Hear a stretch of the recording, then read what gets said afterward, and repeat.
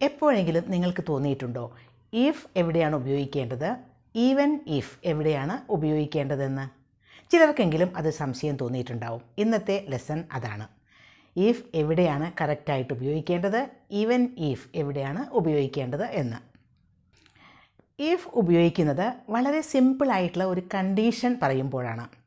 ഒരു കണ്ടീഷൻ ശരിയാവുകയാണെങ്കിൽ വേറൊരു കാര്യം സംഭവിക്കാനുള്ള സാധ്യതയുണ്ട്. അങ്ങനെ പറയുമ്പോഴാണ് ഇഫ് ഉപയോഗിക്കുന്നത്. ഒരു എക്സാമ്പിൾ പറയുകയാണെങ്കിൽ, മഴ പെയ്താൽ ഞാൻ പുറത്ത് പോകില്ല. ഞാൻ വീട്ടിൽ തന്നെ ഇരിക്കും. മഴ പെയ്താൽ ഞാൻ പുറത്ത് പോകില്ല. മഴ പെയ്തില്ലെങ്കിൽ ഞാൻ പുറത്ത് പോകും. ഇങ്ങനെയൊക്കെ പറയില്ലേ? മഴ പെയ്താൽ എന്ന് പറയുന്നത് ഒരു കണ്ടീഷനാണ്. ആ കണ്ടീഷൻ ശരിയാവുകയാണെങ്കിൽ ഞാൻ പുറത്ത് പോകും. പുറത്തു പോകാനുള്ളൊരു സാധ്യതയുണ്ട്, ഒരു പോസിബിലിറ്റിയാണ് ആ പറയുന്നത്. മഴ പെയ്താൽ, മഴ പെയ്യുകയാണെങ്കിൽ, ഇഫ് ഇറ്റ് റെയിൻസ്, ഞാൻ വീട്ടിൽ തന്നെ ഇരിക്കും. I will stay home. If it rains I will stay home. ഇനി മഴ പെയ്തില്ലെങ്കിൽ ഞാൻ പുറത്തു പോകും. If it doesn't rain I will go out. ഇവിടെ നോക്കൂ, ഇഫ് തന്നെയാണ് ഉപയോഗിച്ചത്. മഴ പെയ്തില്ലെങ്കിൽ അതൊരു കണ്ടീഷനാണ്. അപ്പോൾ ഒരു സിമ്പിൾ കണ്ടീഷൻ പറയുമ്പോഴാണ് ഇഫ് ഉപയോഗിക്കുന്നത്. ഇനി ഈവൻ ഇഫ് ഉപയോഗിക്കുന്നത് അങ്ങനെയല്ല. അത് നമ്മളൊരു കാര്യം സ്ട്രെസ് ചെയ്തിട്ട് പറയുകയാണ്. മഴ പെയ്താലും ഞാൻ പുറത്ത് പോകും. മഴ പെയ്താലും ഞാൻ പുറത്തു പോകും എന്ന് പറയുമ്പോൾ ആ ഒരു കാര്യം, മഴ പെയ്യുക എന്ന കാര്യം നമ്മൾ പരിഗണിക്കുന്നില്ല. പരിഗണിക്കാതെയാണ് ഒരു കാര്യം ചെയ്യുന്നത്. മഴ പെയ്താലും ഞാൻ പുറത്തു പോകും. മഴ പെയ്തില്ലെങ്കിലും ഞാൻ വീട്ടിൽ തന്നെ ഇരിക്കും. നോക്കൂ, അവിടെയാണ് ഈവൻ ഇഫ് ഉപയോഗിക്കുന്നത്. ഒരു കാര്യം വളരെ സ്ട്രെസ് ചെയ്തിട്ട് നമ്മൾ പറയുകയാണ്, അങ്ങനെ സംഭവിച്ചാലും എന്ന്. മഴ പെയ്താലും, even if it rains I will go out. മഴ പെയ്തില്ലെങ്കിലും ഞാൻ വീട്ടിൽ തന്നെ ഇരിക്കും. മഴ പെയ്തില്ലെങ്കിലും, even if it doesn't rain I will stay home. ഇപ്പോൾ മനസ്സിലായില്ലേ ഇഫ് ഉപയോഗിക്കേണ്ടത് എവിടെയെന്ന്? അതുപോലെ തന്നെ ഈവൻ ഇഫ് ഉപയോഗിക്കുന്നത് വളരെ വ്യത്യാസം ഉണ്ട് എന്ന് മനസ്സിലായല്ലോ. ഇഫ് ആൻഡ് ഈവൻ ഇഫ് തമ്മിലുള്ള ഒരു ഡിഫറൻസ് എന്ന് പറയുന്നത്, ഇഫ് ഉപയോഗിക്കുന്നത് ഒരു കണ്ടീഷൻ, ഒരു പോസിബിൾ കണ്ടീഷൻ പറയുമ്പോഴാണ്. ഈവൻ ഇഫ് ആണെങ്കിൽ റിഗാർഡ്ലെസ് ഓഫ് ദ കണ്ടീഷനാണ്. ആ കണ്ടീഷൻ പരിഗണിക്കാതെയാണ്. ഇഫ് ഉപയോഗിക്കുന്നത് ആ കണ്ടീഷൻ പരിഗണിച്ചുകൊണ്ട്, ആ കണ്ടീഷൻ ശരിയാവുകയാണെങ്കിൽ എന്നാണ് പറയുന്നത്. അതേസമയം ഈവൻ ഇഫ് ഉപയോഗിക്കുന്നത് regardless of the condition. If എന്നതിൻ്റെ ആ ഒരു ഔട്ട്കം, അതിൻ്റെ ഒരു ഫലം തീരുമാനിക്കുന്നത് കണ്ടീഷനാണ്. കണ്ടീഷൻ ശരിയാവുകയാണെങ്കിൽ ആണ്. പക്ഷേ ഈവൻ ഇഫ് ആണെങ്കിൽ കണ്ടീഷന് ഒരു പ്രാധാന്യവുമില്ല, ഒട്ടും അത് പരിഗണിക്കുന്നില്ല. ഈവൻ ഇഫ് എന്നതിൽ outcome doesn't depend on the condition. ഇഫിൻ്റെ കാര്യത്തിലാണെങ്കിൽ outcome depends on the condition. അതാണ് വ്യത്യാസം. നിങ്ങൾ നേരത്തെ ഫിനിഷ് ചെയ്യുകയാണെങ്കിൽ നമുക്ക് ഒരു ബ്രേക്ക് എടുക്കാൻ സാധിക്കും. If you finish early we can take a break. ഇഫാണ് അവിടെ ഉപയോഗിച്ചത്, അതൊരു കണ്ടീഷനാണ്. നിങ്ങൾ നേരത്തെ ഫിനിഷ് ചെയ്യുകയാണെങ്കിൽ എന്നൊരു കണ്ടീഷനില്ലേ, we will take a break. If she calls, അവൾ വിളിക്കുകയാണെങ്കിൽ, tell her I am busy. അവളോട് പറയൂ ഞാൻ ബിസിയാണെന്ന്.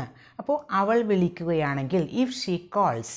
ഇനി ഈവൻ ഇഫ് ഉപയോഗിച്ചിട്ടുള്ള സെൻറ്റൻസുകൾ നോക്കാം. ഞാൻ വളരെ സമ്മർദ്ദത്തിൽ വർക്ക് ചെയ്യാറുണ്ടെങ്കിലും ഞാൻ വളരെ കൂളായിട്ട്, കാമായിട്ട് ഇരിക്കാറുണ്ട്. Even if I work under pressure I stay calm. ഞാൻ പരാജയപ്പെട്ടാലും ഞാൻ വീണ്ടും ശ്രമിക്കും. Even if I fail I will try again. ഇപ്പോൾ മനസ്സിലായിട്ടുണ്ടാവും ഈ എക്സാമ്പിൾ വന്നപ്പോൾ. If you are tired take a break. നിങ്ങൾ ടയേർഡ് ആണെങ്കിൽ ഒരു ബ്രേക്ക് എടുക്കൂ. If you are tired take a break. അപ്പോൾ ബ്രേക്ക് എടുക്കുന്നത് ടയേർഡ് ആണെങ്കിൽ മാത്രം ആണ്, അതാണ് condition. Even if you are tired finish your task. Even if you are tired, tired ആണെങ്കിലും ടാസ്ക് ഫിനിഷ് ചെയ്യൂ. അപ്പോൾ ടയേർഡ് ആവുക എന്നതിന് ഒരു പരിഗണനയും കൊടുക്കുന്നില്ല ഈവൻ ഇഫ് ആകുമ്പോൾ. ഫിനിഷ് റിഗാർഡ്ലെസ് ഓഫ് ടയേർഡ്നെസ് ആണ് അവിടെ. ക്ഷീണം പരിഗണിക്കാതെ അത് ഫിനിഷ് ചെയ്യൂ എന്നാണ് പറയുന്നത്. ഇനി ഒരു ചെറിയ ക്യൂസ്. നിങ്ങൾ പഠിക്കുകയാണെങ്കിൽ നിങ്ങൾ പാസ്സാകും. അവിടെ ഇഫ് ആണോ ഈവൻ ഇഫ് ആണോ വേണ്ടത്? If you study you will pass. ഞാൻ ക്ഷീണിതയാണെങ്കിലും ഞാൻ പാർട്ടിക്ക് പോകും. ഞാൻ ക്ഷീണിതയാണെങ്കിലും ഞാൻ പാർട്ടിക്ക് പോകും. ഈവൻ ഇഫ് ആണോ വേണ്ടത്? Even if I am tired I will go to the party. അത് വളരെ വിലപിടിച്ചതാണെങ്കിലും ഞാനത് വാങ്ങും. അത് വളരെ വിലപിടിച്ചതാണെങ്കിലും, അപ്പോൾ എന്താണ് വേണ്ടത്? Even if it is expensive I will buy it. ഇനി കുറച്ചുകൂടി എക്സസൈസസ് നോക്കൂ. Choose the correct answer. ഞാൻ അവനെ കണ്ടാലും അവന് ഞാൻ ബുക്ക് കൊടുക്കില്ല. If I see him I will give him the book. Even if I see him I won't give him the book. ഇതിലേതാണ് correct? Even if I see him I won't give him the book. അവൾ വിളിച്ചാൽ ഞാൻ നിങ്ങളെ അറിയിക്കാം. If she calls I will let you know. Even if she calls I won't let you know. ഇതിൻ്റെ answer if she calls I will let you know. അവർ നേരത്തെ എത്തിയാൽ നമുക്ക് ഗെയിം തുടങ്ങാം. Even if they come early we will start the game. If they come early, we will start the game. If they come early, we will start the game. അതാണ് correct. അവൾ വിളിച്ചാലും ഞാൻ പോകില്ല. If she calls, I won't go. Even if she calls, I won't go.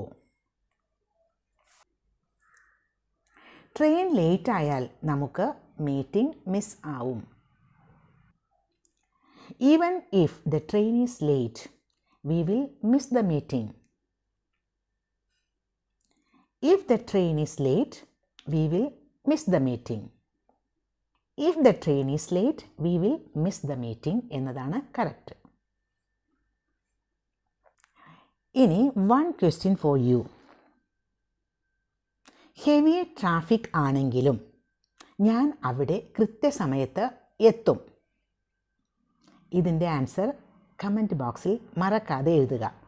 ഇംഗ്ലീഷിലേക്ക് translate ചെയ്യുമ്പോൾ even if ആണോ വേണ്ടത്, if ആണോ വേണ്ടത് എന്നാലോചിച്ചിട്ട് എഴുതുക. Thank you.